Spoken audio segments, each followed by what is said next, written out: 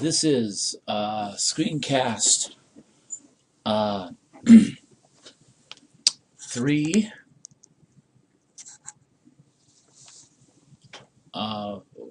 week 3, 571.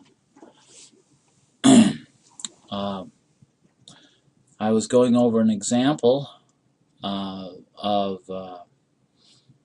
performing stage 1 control chart construction, and you see this data here in front of you with a time series plot. So this time series plot is not a control chart. That kind of begs the question, well, what is a control chart? Well, those S values that you saw just a second ago, let's plot those guys. So we're going to plot, here's the value 6, the S sub I, the standard deviations per subgroup. We're going to plot those, and we'll get a plot that looks like this.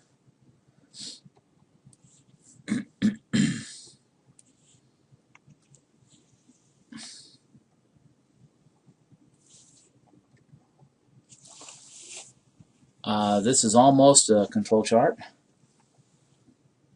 but we're going to have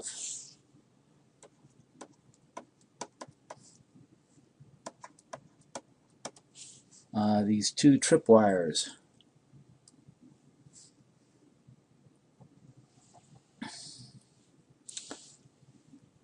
And they have particular names.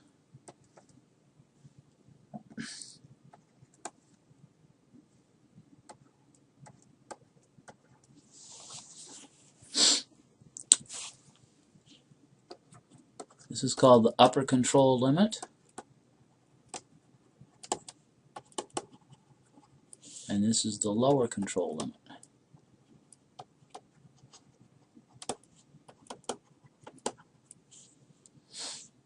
UCL and LCL.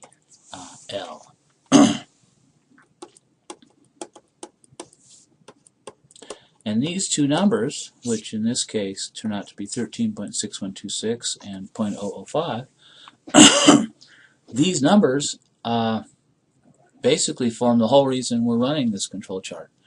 The deal is, if on our next subgroup, so here's stage 1,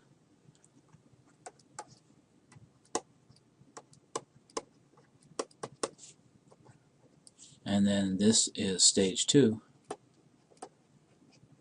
If we were to plot on subgroup 4, so this K, this equals this 3, that's the value of K.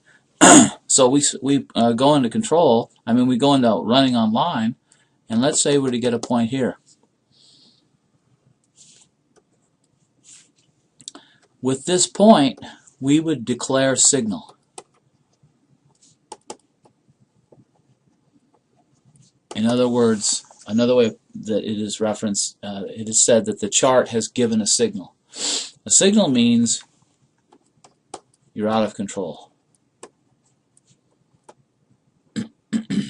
This could also have happened if we went down here. In other words, if you are above the upper control limit or below the lower control limit, in the chart's opinion, you're out of statistical control. At that point in time, you need an out-of-control action plan.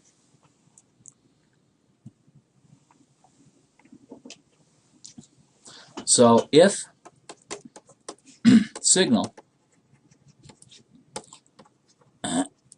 then execute your predetermined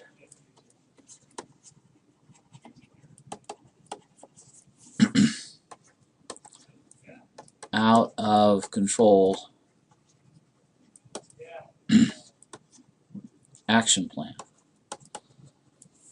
OCAP. out of control action plan. Often, this is 1, drop the line, and 2, search for an assignable cause.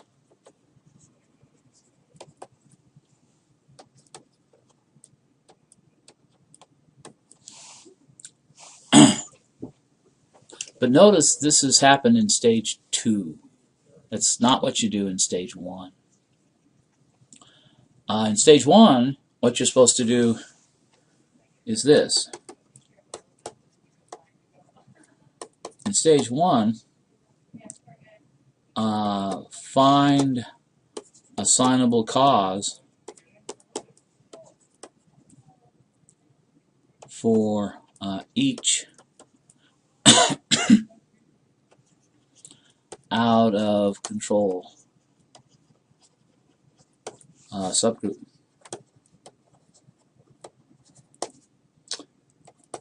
Remove from data set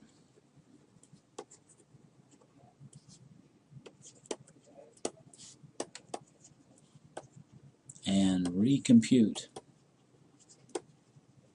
control limits.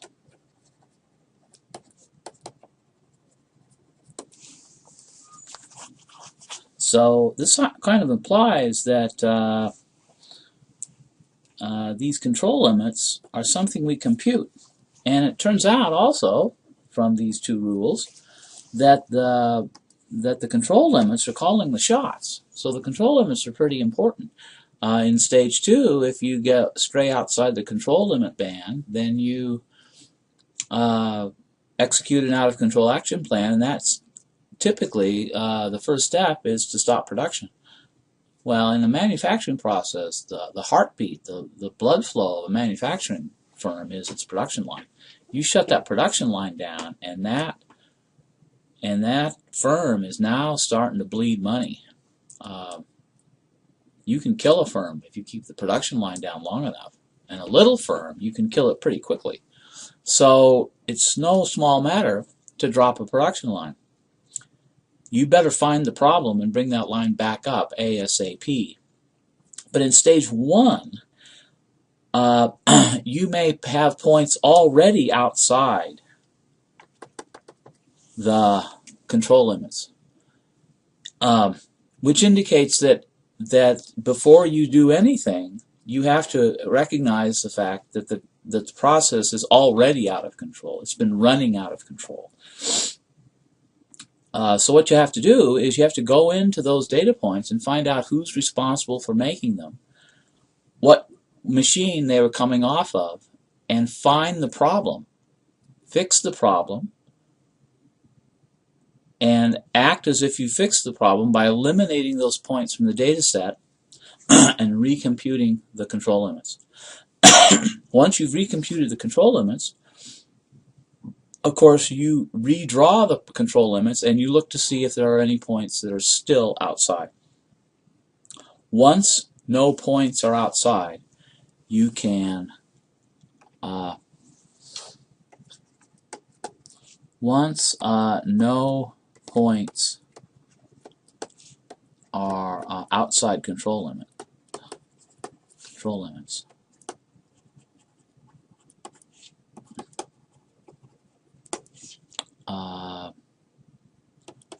you declare the process to be in control and authorize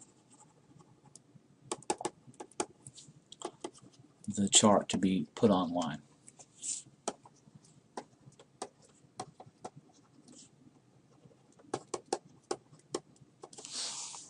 So once you go online, that chart now has a seat at the management table, because the chart is now acting like a manager that has been given authority. So a manager walks in, say the line manager. That person has the authority to drop the line. They're the line manager for that production line. This chart is acting in the same way. And notice, if you don't have, as an analyst, enough authority to drop the line, then you're wasting the company's money by running this control chart at all, because it's useless. It's not going to help the company make any money. So the chart becomes a quasi-manager once it goes online, because its opinion, if it says drop the line, that opinion will be implemented. If the chart is wrong a lot, that will cost the company a lot of money. There's a little issue here, though, and that is these control limits. Where did they come from? Use probability control limits.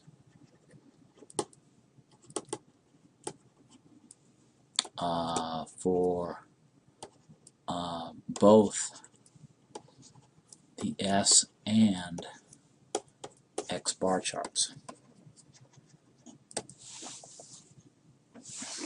So how are we going to get these control limits? So Ryan talks about how to get control limits for an S chart using the old-fashioned way that was computationally accessible in an age, the 1930s and 40s and 50s and half of the 60s, when computing was not accessible to most manufacturing firms. Those days are over. So I don't emphasize in homework or projects the use of anything that is not a probability control limit. And here's how you do it.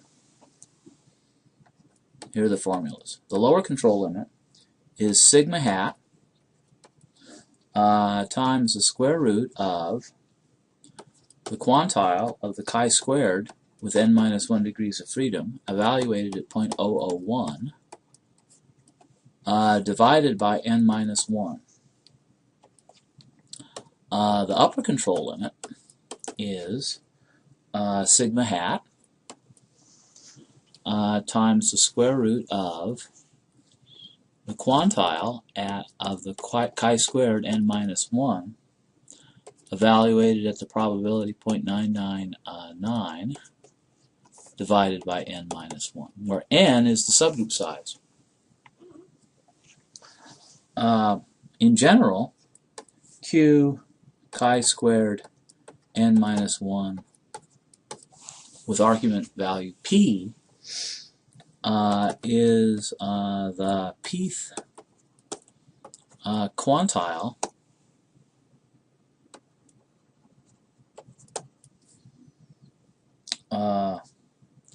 of the chi-squared n minus 1 distribution.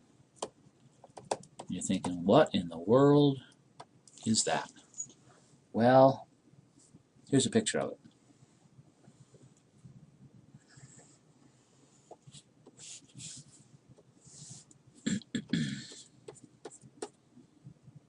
This area that I've shaded, let's let it be P.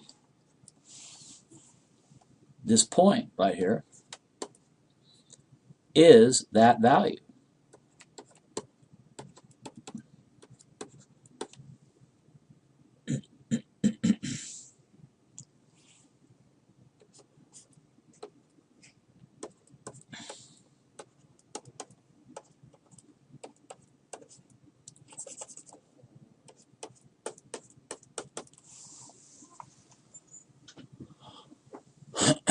So what is this curve? Answer, it is the chi-squared with n minus 1 degrees of freedom probability density function, a la my Learn Prob Stat web tutorial.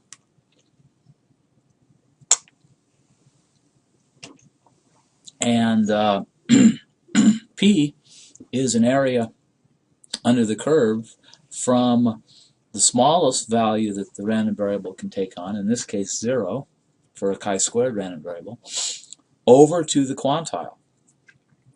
So how do we find these quantiles? So this notation Q says in words, quantile for the subscript distribution evaluated at the probability given by the argument. So the argument to a function, of course, like I think I said a while back, is the value in the parentheses. So we know what this guy is. We need table E to get that for us. Now we know that we need two quantiles, one at 001 and one at 0.999. So, gee, how do you do that? Well, for P equals 0.001 and 0.999, use a table on page 105 of Ryan. So let's walk through getting all the necessary values for the example. First of all, we need sigma hat. Well, if you look back in the lecture, you'll see that S bar was computed to be 3.301. If you go to table E, you'll see for n equals 2 that the value of C4, whatever that is, it's an adjustment for bias, is 0.7979, and that gives us the value 4.137. The lower control limit then is 4.13, just being a little sloppy, 1.57 times 10 to the negative 6 over 1. Remember, I got n equals 2, so n minus 1 is 1, and the 1.57 times 10 to the negative 6 is from the table on page 105. And that gives me 0.005 for the lower control limit. For the upper control limit, I've got 4.13 times the square root of 10.827 from the same table, divided by 1, and that gives me the value 13.6126. And that, so going back to this table, see, here's my 3.301, and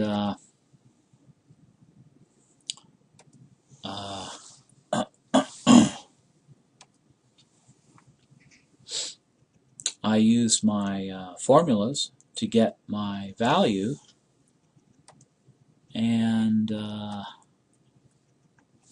there's my control chart. See, I got my 13.6126 and my 0.05. So are there any points out of control there? Answer, no. These 3 points are all comfortably inside the control limits. So I'm in control in stage 1. So question, lecture question. Find the quantile for a chi-squared with 4 degrees of freedom at the probability value 0.47.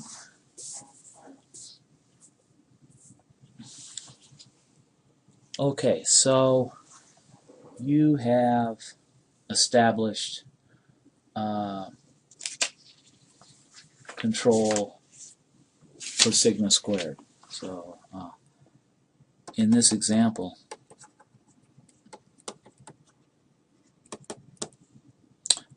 sigma squared is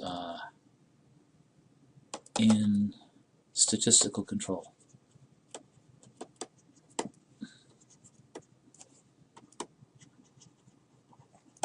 We can now move on to mu.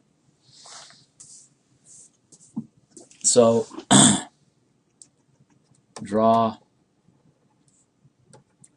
an X bar chart. Excuse. What's an X bar chart? Well, you just plot the subgroup means with some control limits.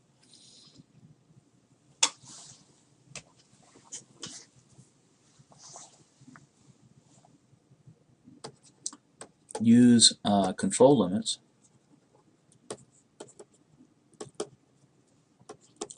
found with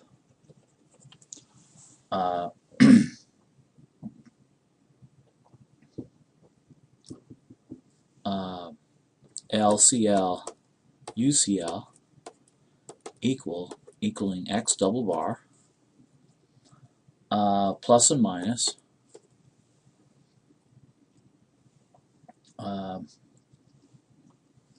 3 sigma hat X bar, which equals X double bar plus and minus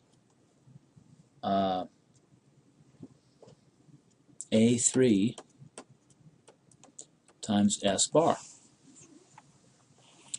where A3 is from table E as a function of n.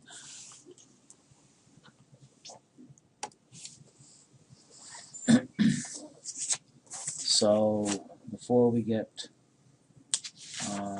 overly excited about anything, let's get the example pinned down for the X bar chart. What's over here?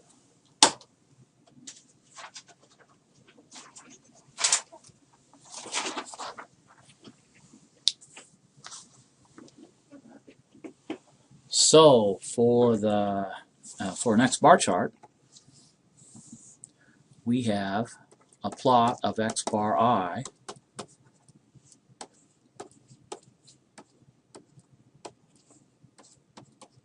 Oh, and by the way, I want to make it very clear that these charts are dynamic plots or time series plots of particular computed values. In the X bar chart case, it's a plot of X bar per subgroup, but the subgroups are being observed sequentially through time. So it's really a plot of X bar as a function of time. That's really what it is. So subgroup number is a proxy for time. Subgroup does 1, 2, 3, 4. That's time increasing. 30 seconds, 60 seconds, 90 seconds. If we're taking 15 seconds to build a plastic part, and we're subgrouping to the tune of n equals 2. So what does our X bar chart look like? Well, we're going to take those means from the example, and we're going to plot them. See these means right here. We're going to plot those guys. But we're not home until we have a lower control limit and an upper control limit. And we're going to be in stage 1 here.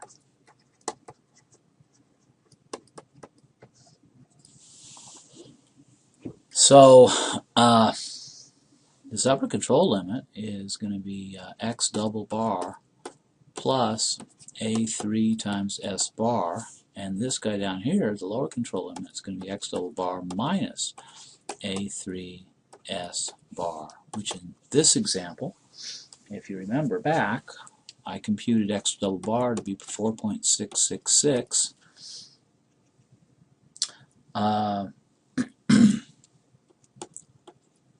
when I go to table E, I will look up 2.659, and I'll multiply that against 3.301, giving me a value of 13.444. And that's the end of this screencast.